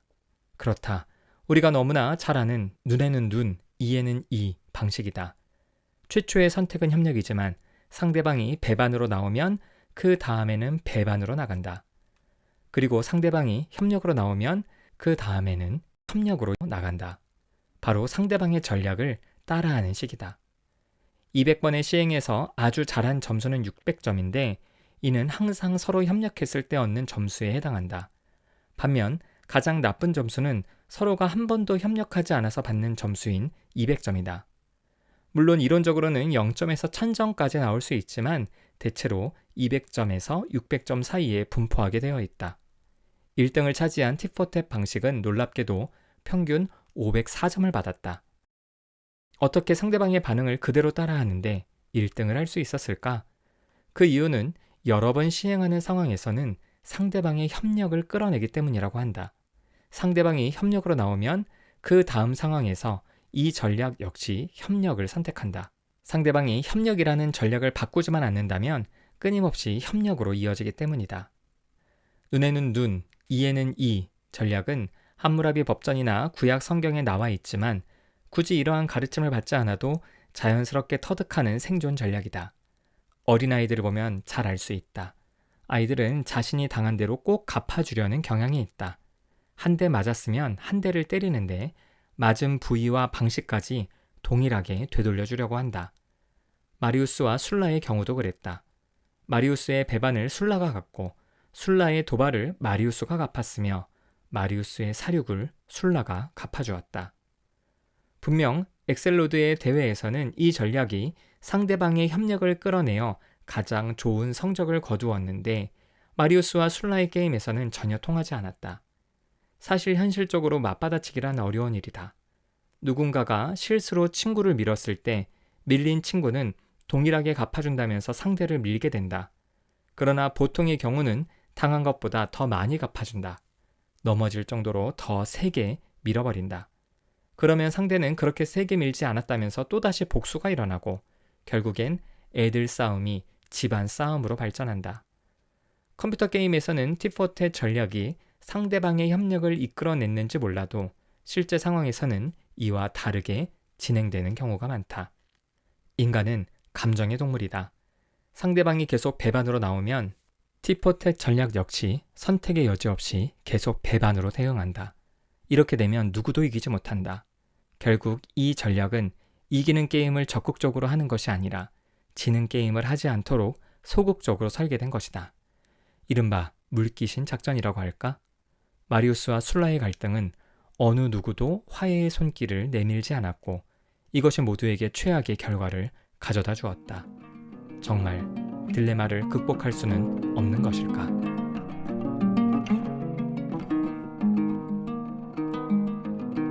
딜레마 극복은 가능한가? 팁포텟 전략의 우수성이 알려진 이후에 더 많은 사람들이 죄수의 딜레마 전략을 연구했다. 그리고 마침내 소극적으로 지지 않는 게임이 아니라 적극적으로 이길 수 있는 전략이 개발되었다. 노바크와 지크문트가 그 주인공들이다. 이들의 전략은 이기면 머물고 지면 움직이는 방식이다. 팁포텟처럼 첫 시행에서는 협력을 제안하는데 상대방이 협력을 제안했다면 둘 다 이긴 것이므로 머무른다. 즉, 다음 시행에서 다시 협력을 제안한다. 그러나 자신은 협력을, 상대가 배반을 선택했다면 자신이 졌으므로 움직인다. 기존의 방식인 협력을 버리고 배반을 선택한다. 자신은 배반을, 상대도 배반을 선택했더라도 둘 다 졌으므로 움직인다. 그 다음에는 협력을 선택한다. 만약 이때 상대가 협력으로 나오면 이긴 것이므로 그 다음에도 협력을 선택한다. 많은 학자들이 연구한 결과 이 전략은 팁포텟보다 현실에 더 가깝다는 평가를 받았다. 그러나 이러한 전략들을 사용하기 위해서는 두 가지 조건이 필요하다. 우선 갈등이 개인 대 개인이어야만 하고 상대의 배반으로 인한 부정적 결과가 갈 때까지 가보자는 식의 치킨 게임이 아니어야 한다. 만약 집단 대 집단의 갈등이라면 협력과 배반 중에서 협력보다는 배반으로 기울어지기 쉽다. 특히 상대방의 배반으로 인해 보복감에 불타고 있다면 더더욱 그렇다. 집단은 개인보다 극단적이고 감정적인 경향이 있기 때문이다. 2장에서 언급한 집단 극화와 이번 장에서 언급한 탈개인화가 바로 이런 경우이다. 또한 이러한 전략은 상대방의 배반이 곧 나의 죽음으로 연결되는 것처럼 극단적인 상황일 때는 적용할 수 없다. 한 번 지는 것이 영원히 지는 것일 경우에는 이기려는 전략보다는 지지 않으려는 전략인 배반을 택하게 된다. 이것이 바로 공화정 말기의 현실이었다. 몇 차례 배반과 보복을 당했던 개혁파는 더 이상 보수파를 신뢰하지 않았고 급기야 마리우스와 술라의 목숨을 건 대결로 발전했다. 그렇다면 영영 해결할 방법이 없을까? 아니다. 과학계에서 대중적 글쓰기로 유명한 렌 피셔는 자신의 저서 가위바위보에서 죄수의 딜레마와 같은 상황을 해결할 수 있는 한 가지 방법으로 권위자의 중재와 명령을 제시했다. 갈등과 배반으로 대립되는 두 사람이나 두 집단의 문제를 해결하기 위해서는 양쪽 모두에게 권위가 있는 사람이 나타나서 중재나 명령을 하면 해결된다는 것이다. 술라는 이후 독재관이 되어서 이 방법을 사용했다. 최고의 권위를 가진 독재관의 입장에서 개혁파와 보수파의 갈등을 해결하고자 했다. 먼저 독재관이 되는 과정을 살펴보자. 마리우스와 킨나 때문에 전쟁을 위해 오리엔트로 떠났던 술라의 군대는 졸지의 무적 군대, 소속이 없는 무적 군대가 되었다. 그러나 맞서 싸울 적은 둘이나 있었다. 원래의 적인 폰토스와 새로운 적인 로마의 정규군. 술라가 믿을 수 있는 것은 자신의 판단과 자신에게 충성을 맹세한 병사들 뿐이었다. 로마의 정규군이 아니기 때문에 공식적 지원도 받지 못했다. 예전처럼 군대를 이끌고 로마로 돌아가서 복수를 하고 싶어도 바다를 건널 수 있는 배가 없었다. 그러나 술라는 포기하지 않았다. 우선 그리스 신전에 있는 보물을 약탈하여 군비를 마련한 후에 전열을 가다듬어서 뛰어난 전술과 리더십으로 3만 명밖에 안 되는 병력으로 무려 12만 명이나 되는 폰토스 군대를 격파했다. 그의 군대는 무적, 싸울 만한 적이 없는 무적이었다. 군사력으로 술라를 당해낼 수 없다는 사실을 깨달은 폰토스 왕 미트라다테스 6세는 술라에게 강화를 제안했다. 로마는 원래 패자와는 동맹이나 강화를 맺지 않는다는 원칙이 있었으나 지금 술라는 로마의 정규군이 아니었을 뿐더러 강화를 맺어야 로마의 정규군을 상대할 수 있었다. 적이 둘인 쪽은 술라만이 아니었다. 미트라다테스도 술라와 로마의 정규군단을 모두 상대할 수 없었기 때문에 둘의 강화는 이론의 여지가 없었다. 미트라다테스와 강화를 맺은 술라는 이제 그리스에 도착한 로마의 정규군단을 상대해야 했다. 그러나 술라는 전쟁을 원치 않았다. 같은 동족끼리 전쟁을 치러야 한다는 사실에 비애를 느꼈기 때문이 아니었다. 술라에게 진짜 적은 로마에 있는 자들이었기 때문에 전력 손실을 최소화할 필요가 있었다. 그러나 그는 전력 손실을 최소화하는 정도가 아니라 전력을 보충하는 방법을 사용한다. 우선 로마의 정규 군단 앞에 진지를 구축했다. 그리고 병사들로 하여금 로마 정규 군단 병사들이 다가오면 자연스럽게 말을 붙이고 함께 작업과 식사를 하면서 조금씩 우리 편으로 끌어들이라고 명령했다. 시오노 나나미는 자신의 저서 로마인 이야기 3권에서 이렇게 묘사하고 있다. 마음이 느긋해진 핀브리아 휘하 병사들은 무기도 갖지 않고 갑옷도 입지 않은 채 작업 중인 동포에게 다가갔다. 다가가면 작업 중인 병사들이 말을 건다. 거기에 이끌린 그들은 작업까지 도와주었다. 도와주면 식사를 함께하러 가자고 권한다. 그 권유도 받아들이는 동안 술라 진영에서 자고 가라는 권유까지 받았다. 자연스러운 형태로 집단 탈주가 이루어진 것이었다. 총사령관 핀브리아가 알아차렸을 때 아군 진영은 이미 텅 비어 있었다. 병법의 관점에서 보자면 고대 중국의 저서 손자병법에 나오는 싸우지 않고 적을 굴복시키는 최상을 이룬 셈이고, 심리학의 관점으로 보자면 문간에 발 들여놓기 기법을 사용한 것이라고 볼 수 있다. 이 전략은 상대방을 설득하는 전략으로도 종종 언급된다. 먼저 상대방이 쉽게 들어줄 수 있는 작은 부탁을 하고 그 후에 좀 더 큰 부탁을 하면 상대방이 들어줄 가능성이 높아진다는 것이다. 용어에서 알 수 있듯이 처음부터 방에 들어가려고 하면 어렵겠지만 발 한쪽만 먼저 들여놓은 다음 조금씩 들어가면 가능하다. 결국 뛰어난 군사적, 심리적 전략을 사용하여 두 적군을 모두 물리친 술라는 소아시아에 대한 로마의 패권을 확실히 잡았다. 그리고 전열을 가다듬은 후에 이탈리아로 건너와서 로마로 진격했다. 집정관 킨나는 반역자 술라와 그 부하들을 상대하기 위하여 정규군단을 12만 명으로 구성했다. 이탈리아 반도에서는 다시 2년 동안 동족끼리 죽고 죽이는 전쟁이 벌어졌다. 마침내 술라의 무적군대, 싸울 만한 적이 없는 무적군대는 로마를 차지했고 더 이상 무적, 소속이 없는 무적이 아니었다. 술라는 더 이상 반역자가 아니었다. 지배자였다. 그리고 마리우스 때보다 더 끔찍한 사륙을 시작했다. 현상금을 걸고서 수천 명을 잡아 죽였으며 재산은 경매로 넘겼다. 복수를 마무리한 그는 혼란과 갈등을 잠재우기 위해 원로원을 압박하여 독재관에 취임했다. 그것도 무기한 독재관이었다. 수만의 병력을 지휘하고 있는 술라의 뜻을 막을 사람은 아무도 없었다. 독재관에 취임한 그는 다방면에서 로마를 개혁하기 시작했다. 우선 시민권자라면 35개 행정구 어느 곳에서나 투표가 가능하도록 했으며 식민시 건설 사업을 활발히 전개했다. 또한 원로원 개혁을 위해서 정원을 300명에서 600명으로 늘렸다. 호민관의 반란을 막기 위하여 호민관을 지낸 사람이 다른 관직에 선출될 수 없도록 했으며 재선은 10년의 간격이 필요하다고 못을 박았다. 독재관 술라는 최고의 권위를 가지고 공화정 로마의 갈등, 즉 개혁파와 보수파의 갈등을 해결하려고 했다. 그러나 그의 접근은 개혁보다는 기존의 것을 지키는 보수, 변화보다는 기존의 것을 수리하는 보수에 가까웠다. 사실 그가 한 일은 갈등을 해결한 것이 아니라 잠시 덮어둔 것에 불과했다. 결국 술라의 죽음과 함께 터져나오기 시작한 공화정 로마의 갈등과 사회 혼란은 종신 독재관 카이사르가 나타날 때까지도 계속되었다.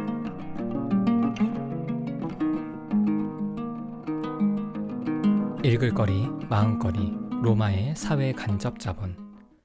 해외여행을 하다 보면 로마 시대의 건축물이나 유적을 쉽게 만날 수 있다.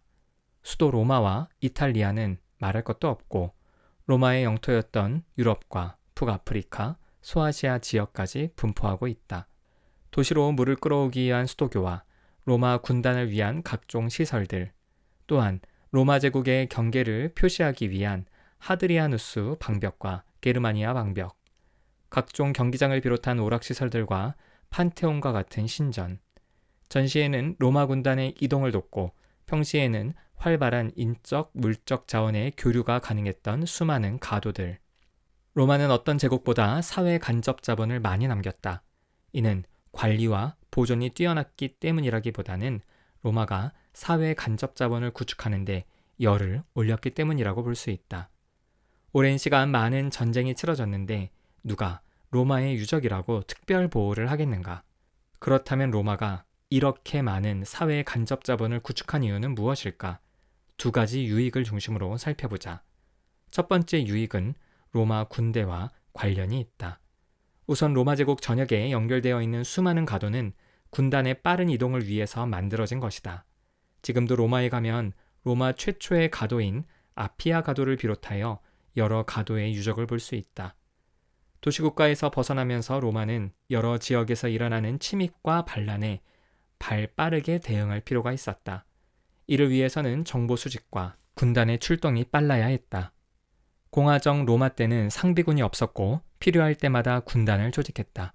상비군이 있다면 국경 지역에 상주시켜 놓으면 되겠지만 로마에서 군단을 조직하여 전장으로 파견해야 했기에 가도는 필수적이었다. 당연히 도로 건설의 몫은 군대에 있었다. 고대 시대의 전쟁은 현대의 전쟁과 달리 때와 장소, 시간과 계절의 영향을 많이 받았다. 먹을 것을 구하기 쉬운 여름과 해가 떠 있는 낮에 주로 전쟁을 했다. 따라서 은근히 남는 시간들이 있었는데 바로 이런 시간에 로마 군대는 토목공사를 실시했다.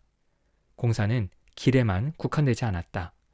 군단의 주둔지 건설은 필수적이었는데 상비군 체제가 되면서 나중에는 벽돌로 주둔지를 건설하여 작은 도시를 만들었다. 주변에 물이 없으면 수원에서 물을 끌어올 수 있는 수도교를 만들기도 했고 물길을 바꾸어 놓는 운하를 건설하기도 했다. 기원전 103년 집정관 마리우스는 게르만족으로부터 갈리아 남쪽을 지키기 위하여 군대와 함께 출동했다. 그런데 게르만족이 움직일 기미를 보이지 않자 론강 어귀에 운하를 파괴했다. 이 운하로 물길이 새로 나면서 강의 수위가 낮아졌다. 덕분에 로마 군단의 도강이 훨씬 용이해졌을 뿐만 아니라 해안과 내륙의 물자 유통이 많아졌다. 이렇게 로마의 사회 간접 자본은 군대의 실용적 목적을 위해 만들어진 경우가 많았다. 그러나 실용성이 유일한 이점은 아니다. 더 중요한 이점은 군대에서 일어날 수 있는 사고를 막을 수 있다는 것이다. 군대에 다녀온 사람들은 알겠지만 지휘관들은 병사들에게 최소한의 휴식 시간만 준다. 정규 훈련을 한 후에 남는 시간은 다양한 노역을 시키곤 하는데 오죽하면 군대 삽질이라는 말이 있을까. 어느 날은 삽을 한 자루씩 나눠주고 멀쩡한 땅을 파라고 하고 그 다음 날은 다시 메우라고 한다. 이것은 모두 불필요한 사고를 막기 위한 오랜 전통이다. 군인들은 혈기왕성한 남자들이다. 그러다 보니 전쟁이나 훈련이 없을 때는 싸움과 타령, 폭행과 구타 같은 사고가 일어날 가능성이 매우 높다. 그래서 하루 종일 정신없이 바쁘게 만들고 힘을 쓰게 하는 것이다. 그냥 가만히 쉬게 하는데 사고가 왜 나느냐고 따질 사람이 있을지 모르겠다. 그러나 심리학의 연구 결과 사람은 자극을 추구하는 존재임이 밝혀졌다. 자극을 추구한다는 것은 심심한 상황을 참기 어렵다는 것이다. 1951년 캐나다 맥길 대학교의 해부는 대학생들에게 일당 20달러, 지금의 $100 정도를 주겠다고 약속한 후 자극을 박탈했을 때 얼마나 오래 견디는지 실험한 적이 있다. 피험자들이 할 일은 그저 아무것도 하지 않는 것이었다. 물론 잠은 잘 수 있고 식사도 제공하며 화장실도 갈 수 있었다. 다만 시각과 청각 자극의 박탈을 위해 안대와 귀마개를 착용해야 했고 손과 발을 통에 넣어 촉각마저 차단했다. 실험 결과 첫날에는 조용한 상태에서 대부분 잠을 잤지만 두 번째 날부터는 자극이 매우 줄어든 상황을 지루하고 불쾌하게 여겼다. 결국 세 번째 날에는 실험을 거의 포기했는데 이들은 일시적이지만 환청환시 등의 환각을 경험했다고 한다. 마치 외부의 자극을 박탈하니 마음속에서 내적인 자극을 만들어내는 것 같았다. 로마 군대는 엄청난 훈련으로 병사들 한 명 한 명이 살인병기였다. 이들을 가만히 두었다가는 사고가 터지는 것은 시간 문제였다. 어차피 가만히 있지 못할 것이라면 유익한 일에 병사를 동원할 필요가 있었다. 게다가 노역을 통하여 체력을 기를 수도 있으니 얼마나 좋은가. 사회 간접자본 건설의 또 다른 유익은 위대한 로마 제국을 홍보할 수 있다는 것이다.